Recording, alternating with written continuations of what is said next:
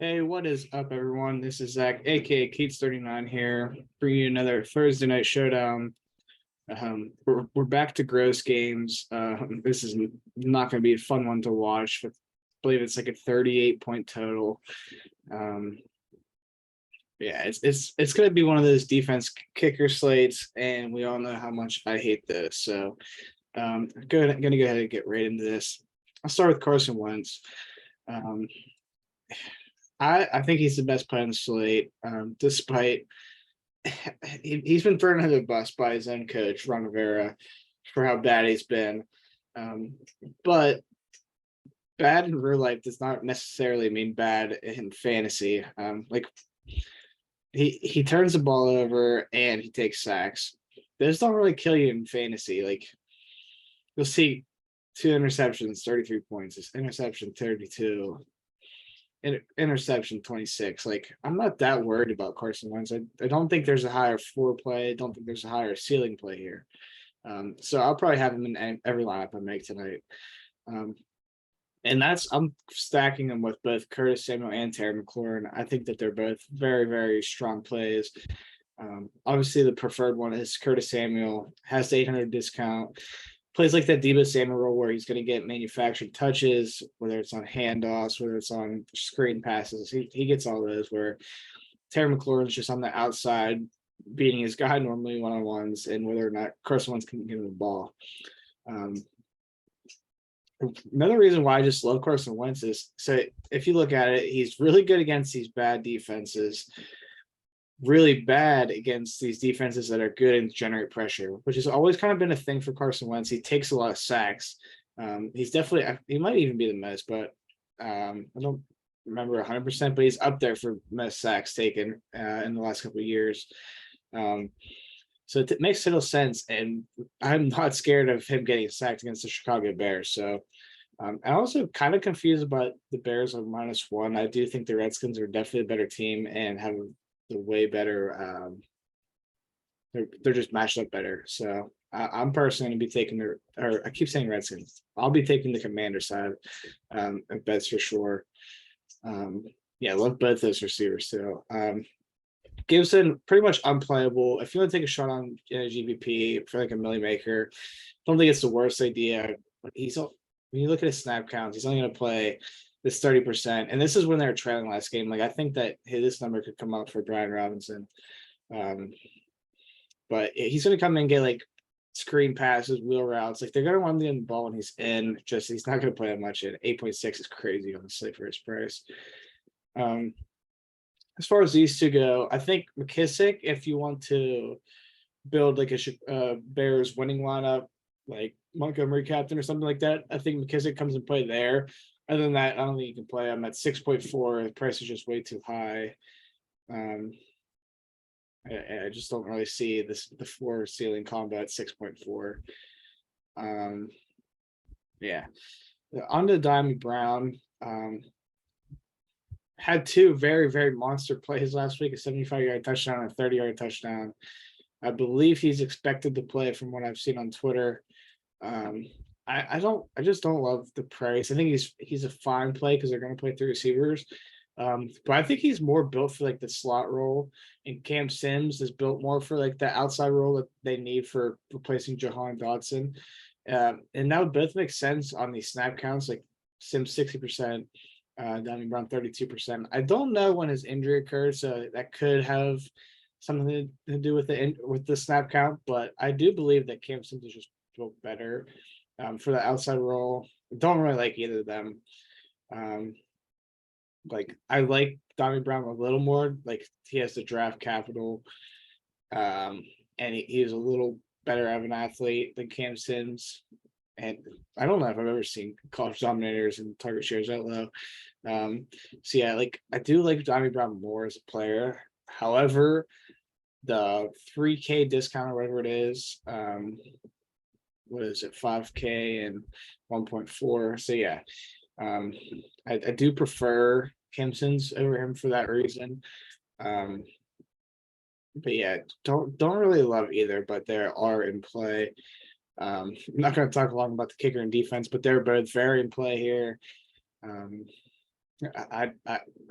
I'll probably end up with kickers in my lineup. I still probably don't think I go defenses, but they're both definitely in play. Finally, we're gonna end with the tight ends. Logan Thomas already wrote out. That leaves us with John Bates and Cole Turner. When you look at it from last game, it was basically split right down the middle.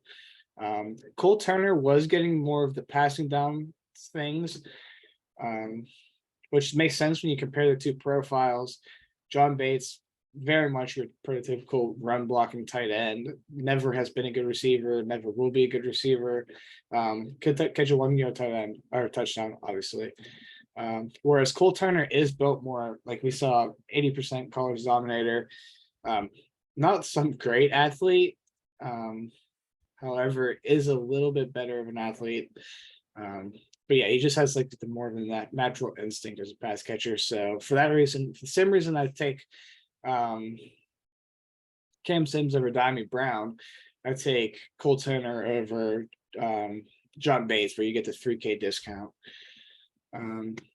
So on to the Bears side of the ball. Bears are so tough. They want to give the ball to David Montgomery a million times. That's their way to win.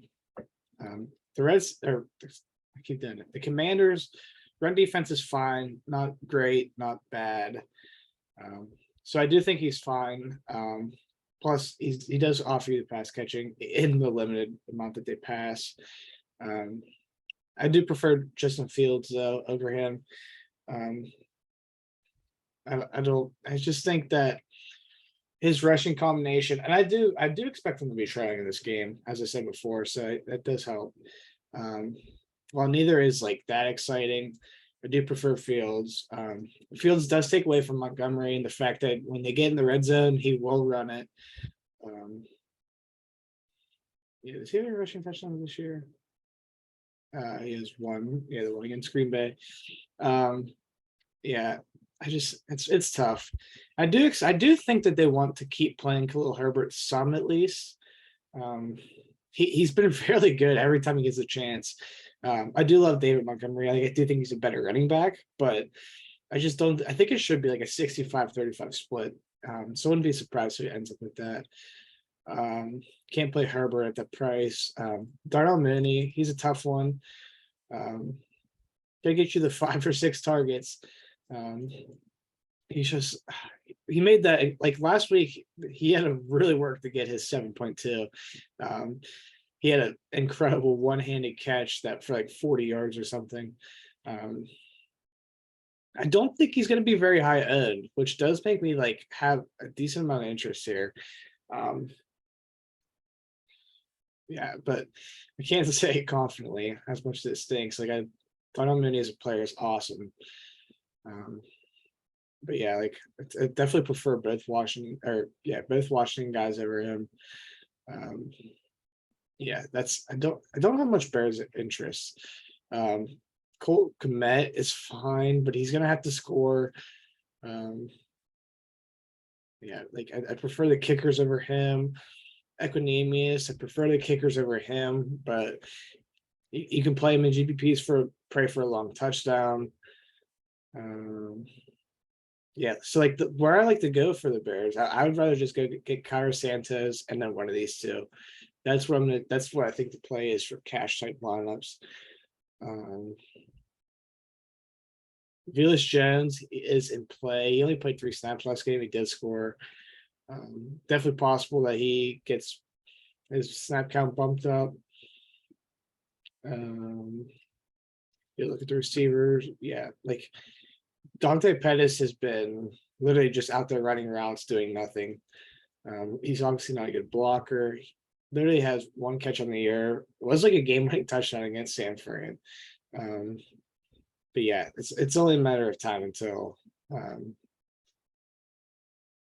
they at least try to play. Velus Jones was like one of the biggest laugh picks in the draft. Like they have to try to prove that he's worth something. So could definitely be here in the Thursday night game. Yeah, and that's really all the interest I have. Like you can play Ryan Griffin. They're going to play 2 tight ends a decent amount, but I'd rather just play one of the Washington guys. So yeah, that's going to do it. really kind of the boring type game. I'm going to try to talk myself into not playing much on this slate, as I know it's just going to be a kickers and defense lineup that wins, and I just refuse to do it. But yeah, I'll probably end up with kickers, which is rare for me. So at least have something. Yeah, that's it. Make sure you hit the like and subscribe button, and I'll see you guys next time. Later.